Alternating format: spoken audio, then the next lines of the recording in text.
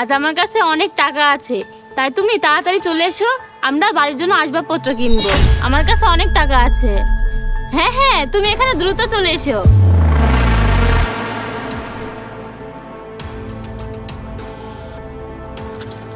আরে আমার টাকা কোথায় গেল?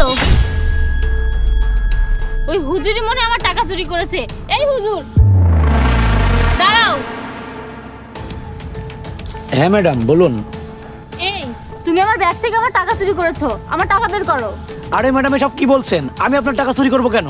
এই একদম মিথ্যা বলবে না, তুমি আমার টাকা চুরি করেছো। তাছাড়া এখানে তো আর কেউ নেই। এখন তাড়াতাড়ি আমার টাকা বের করো, না হলে আমি তোমাকে জেলে পাঠাবো। ম্যাডাম আমি সত্যি বলছি, আমি টাকা চুরি করিনি। আমি নামাজ পড়তে মসজিদে যাচ্ছি। আমি কেন আপনার টাকা চুরি করব? আর আমি তো চোর নই যে আপনার টাকা চুরি করব। মনে হচ্ছে তুমি এভাবে শুনবে না, দাঁড়াও আমি তোমাকে চেক করব।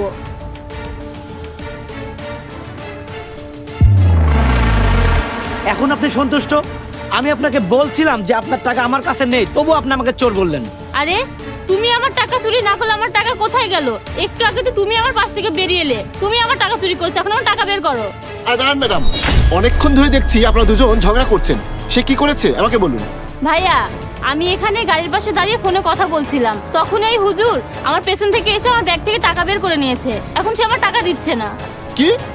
সে আপনার টাকা চুরি করেছে? আরে ভাই, তুমি তার টাকা চুরি করেছো, দ্রুত তার টাকা ফেরত দাও। তোমার লজ্জা করে না হুজুর হয়ে এমন কাজ করতে? আরে ভাই, এই ম্যাডাম মিথ্যা বলছে। আমি তার টাকা চুরি করিনি। তার হয়তো কোথাও ভুল হচ্ছে, সে হয়তো অন্য কোথাও টাকা রেখেছে, জোর করে আমাকে চোর বানাচ্ছে। আমি তার টাকা চুরি করিনি। দেখুন ভাই, সে অনেক চালাক চোর, সে আমার টাকা চুরি করেছে, এখন সে মিথ্যা বলছে। দেখো ভাই, এখনো সময় আছে, চুপচাপ তার টাকাটা ফিরিয়ে দাও। আর তা না হলে আমি কিন্তু তোমাকে সরাসরি জেলে পাঠাবো। ভাই আমি সত্যি বলছি, আমি তার টাকা চুরি করিনি। আমি নামাজ পড়তে মসজিদে যাচ্ছিলাম। ভাই তাহলে আপনিই বলুন, আমি কেন তার টাকা চুরি করব? আমি চুরির মতো নোংরা কাজ কেন করব?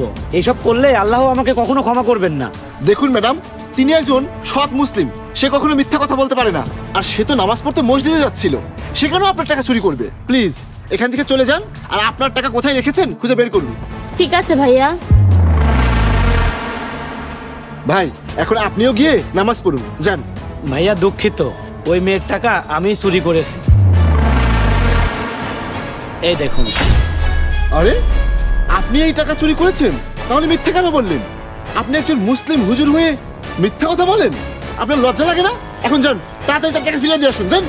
এই টাকাটা ওই মেয়ের না, ওই মেয়ে অন্য কারোর কাছ থেকে এই টাকাটা চুরি করেছে, তাই আমি তার কাছ থেকে এটা চুরি করে নিয়ে এসেছি। এই টাকাটা যার, আমি তাকে ফেরত দিতে যাচ্ছি। এই টাকাটা তার অনেক প্রয়োজন। হ্যালো ডাক্তার স্যার, আমি টাকার ব্যবস্থা করে ফেলেছি। আপনি দ্রুত আমার মায়ের অপারেশনটা করে ফেলুন, না হলে আমার মা বাঁচবে না। আমি আপনার সব টাকা জমা করে দেব, আপনি কোনো চিন্তা করবেন না। আরে তার কাছে তো অনেক টাকা, আমি এক কাজ করি, তার কাছ থেকে টাকাগুলো ছিনিয়ে নিই।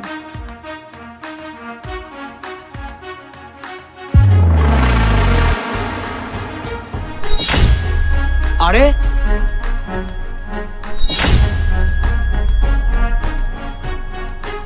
মেয়েটা ছেলেটার টাকা ছিনিয়ে নিল।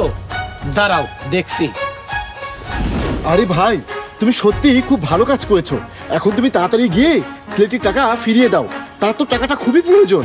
ঠিক আছে ভাই, আমি এখন তার টাকাটা ফেরত দিতে যাচ্ছি।